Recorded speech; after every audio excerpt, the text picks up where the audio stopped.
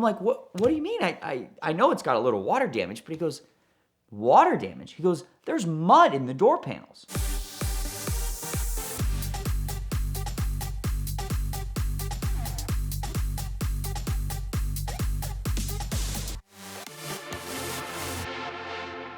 Ed and I get along so well because we love the exact same cars. We have so many sort of, I would say, passions and mutual agreements when it comes to the future of collecting unique cars, manual cars, and much more. The one thing that we disagree on is quality. We are very, very specific, and I'm very, very specific about great stories, and Ed loves disaster stories. So it's actually really nice because we never compete against cars, and many times we can help each other in our different worlds because he likes cars that I don't like and I like cars that he doesn't like. So it works out perfect.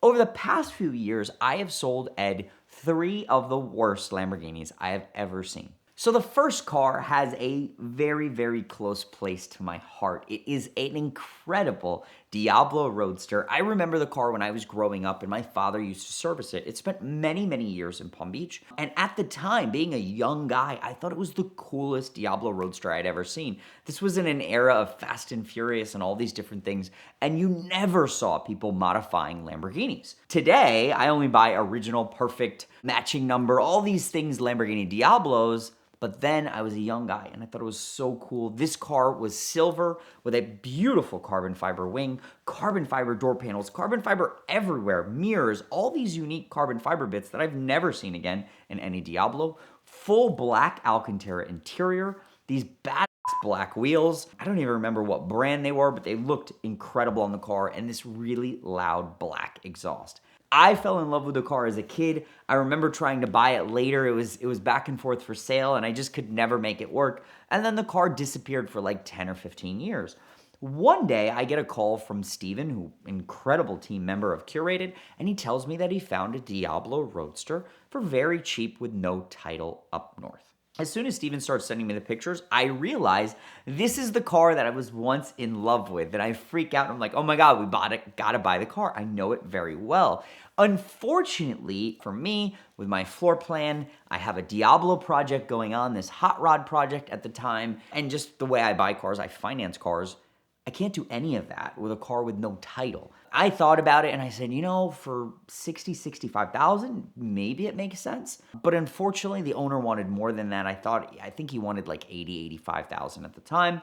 So what better thing to do than introduce him to my friend Ed Bolian? And Ed felt like it was the perfect potential Diablo for him. Sort of make a long story short, I think we got it down and negotiated for Ed for like $75,000, $78,000. Ed sent his mechanic Charles to go pick up this Diablo because you can't just wire money and, you know, like with a title, a car doesn't have a title. So you actually have to wait there, wait for the wire to clear, and then his mechanic snagged the car and brought it back home to Atlanta. Now, unfortunately, Ed was too tall to fit in a Diablo Roadster. I think pretty much any Diablo, that being said. He ended up deciding to sell the car. He was doing different things with Car Trek, and I think it worked out best for him. Somehow, today, a sweet gentleman, Patrick, is restoring the car. A ground-up restoration, frame-off restoration, whatever you call it. We wish him the best with that project, and maybe I can buy some of the carbon fiber bits for my project car. Anyways, incredible car, and definitely one of the worst Lamborghinis I've ever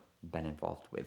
Number 2 is definitely an interesting story. For years, I had worked with this collector out of California, and he was buying manual Murcielagos and Diablos and all these different cars. He had just sold his company. He was sort of really excited to get new cars. And one day, he comes into my showroom, and he sees this beautiful black Diablo Roadster and a yellow 512 TR. He said to me he loved to buy the cars, but he wanted to trade a few examples. Now, he had a beautiful 599 that I took on trade, and he had a very cool Brabus Mercedes that was just out of this world. It was like a Brabus 800 or 900, whatever it was. And I said, yeah, I'd love to take those cars on trade. And then he said, by the way, I have a manual Gallardo Spider with low miles, black on cream. The only problem is it has a little water damage. He says, I think the former owner left it with the roof down and it rained in it for a little bit. And I said, you know, it's not really my type of car. I don't like to buy cars with histories like that, but maybe I have a friend or somebody that'll take it, a client that wants something cheap. So we end up doing the deal, and the Gallardo arrives, and right away the first thing I do is I send it to the Lamborghini dealer up north, and I said, you know, let's Just go through it, whatever it needs, just tell me and we'll figure it out. About 4 days later, I get a call, and the service manager there, Chris, who I love, goes, John, what did you buy? What do you mean? And he goes, well, you buy all these nice cars, and I inspect your cars. I see all these low mileage Countach, Diablos, and Murcielagos. They're all like perfect. This thing's horrible. And I'm like, what do you mean? I know it's got a little water damage, but he goes, water damage? He goes, there's mud in the door panels. So he sends me these horrible photos, and literally there is just mud up to the middle of the door panel. There's mud through the whole back of the car, and I am just disgusted. I don't know what to do with the car. I know no one can really finance a car like that. I can't really sell a car like that with my reputation. So what do? I call my friend Ed Bolian. And Ed had been talking about buying a new car for Car Trek. And I said, listen, I think I have the perfect car for you. And he agreed. So that being said, he ended up getting the car, and I think he drove it. I think it worked most of the time, some of the time. And he actually wrapped it blue. And I think, listen, for someone today, it's probably a really cool car because they are rare, and a manual Gallardo Spider is rare. But I will have to say it's probably one of the worst Lamborghinis we've ever sold. Number 3 is probably one of my favorites. I even thought about keeping this car because it is the perfect driver. It is one of the 9 original LP640 manual transmission roadsters ever built for the US. It's probably one of the best ones ever built too. They built 2 matching cars. They were both the matte black, factory matte black paint with black interior, a glass engine bonnet with shiny black wheels. The car was just gorgeous. We believe they were ordered by Ralph Lauren.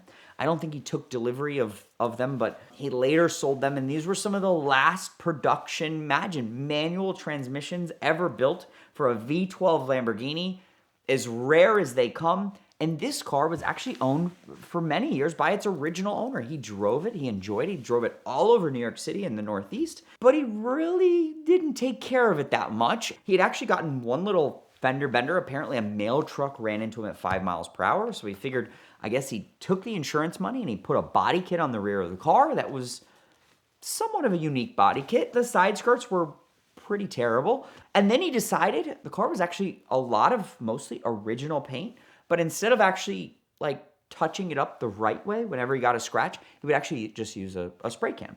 So the car was covered with spray can marks all over the car, but it was actually decent low mileage. It was actually an overall nice car. So when the car first arrived, it's actually a funny story. I don't know if Ed knows this. The truck was actually arriving, that had the car, it was actually arriving first to Lamborghini Miami to drop off another car. And the sales guy there called me and he said, hey, have you seen the Murcielago you bought? And I started to laugh. I said, well, he goes, this thing's horrible. And I know it's actually a good foundation. He goes, have you seen someone spray this with a spray can?